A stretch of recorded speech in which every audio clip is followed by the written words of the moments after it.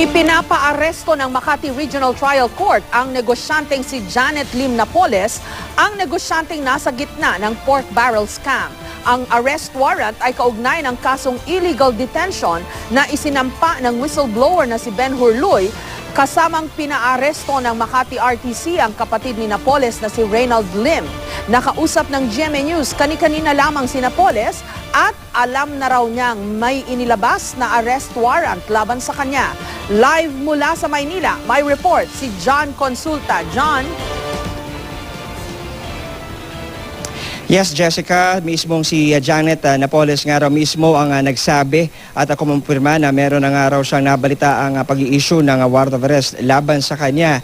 At ayon sa ating impormasyon nakuha, ang warrant of arrest daw ay in-issue ngayong tanghali ng Branch 150 RTC Makati laban kay Janet Napoles at ang kanyang kapatid na si Reynald Jojo Lim.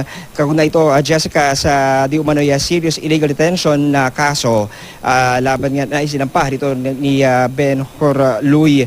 At kinumpirma din ito ni Secretary Laila De Lima sa GMA News at sinabi niya na pinakikilos na ang NBI para ipatupad ang naturang warrant of arrest. Kanina, Jessica, ay meron tayong mga namataan na mga tauhan ng NBI na naghahanda na dito sa NBI headquarters at sa ating impormasyong nakalap ay handa na raw nga silang ipatupad itong warrant of arrest. Subalit patuloy pa rin silang kumukuha ng iba pa mga detalye para mapatupad nga itong naturang arrest warrant na inisyu laban kay Janet Napoles. Sa oras na to, Jessica, ay patuloy na kantabay ang ilang mga teams dito sa NBI at patuloy din silang nag-aantabay sa ano pa mga karagdagang kautusan na manggagaling sa pamunuan ng naturang ahensya. Jessica. Okay, John, itong kasong ito ay kaugnay ng illegal detention.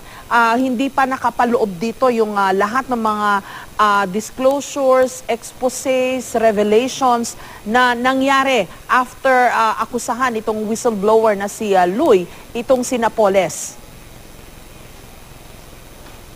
Tama ka rin, Jessica. Ito yung may kinalaman nga lamang dito sa illegal detention na kaso na isinampa nitong si Ben Hurluy.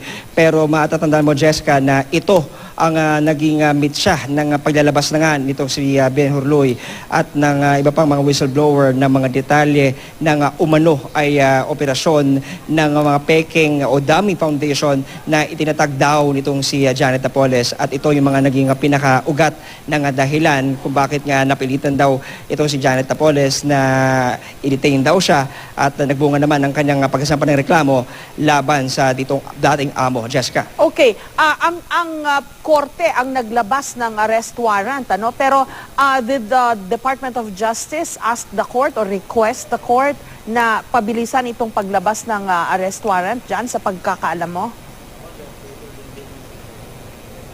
Sa impormasyon na kuha natin, Jessica, ay inantay ng Department of Justice itong magiging pasyanga ng mga korte kaugnay sa pagkasampangan nila ng motion for reconsideration.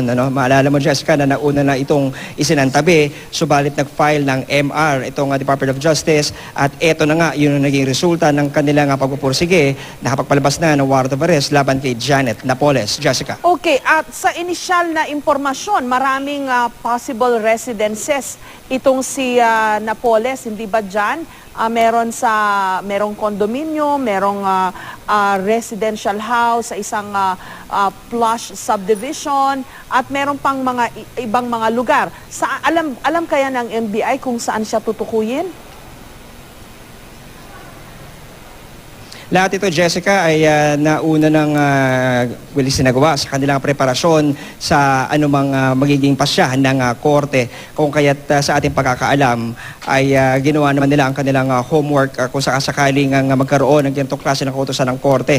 Pero hanggang sa mga oras ito, Jessica, ay wala pa rin tayong konfirmasyon kung hawak na nga ng mga tauhan ng NBI itong si Napoles o kung anumang ang nangyayari ngayong arrangement, Jessica, ay hindi pa rin natin ito alam at kukuha pa rin tayo ng makaragdagang impormasyon sa mga susunod na oras. Jessica. Okay, maraming salamat sa iyo, John Consulta.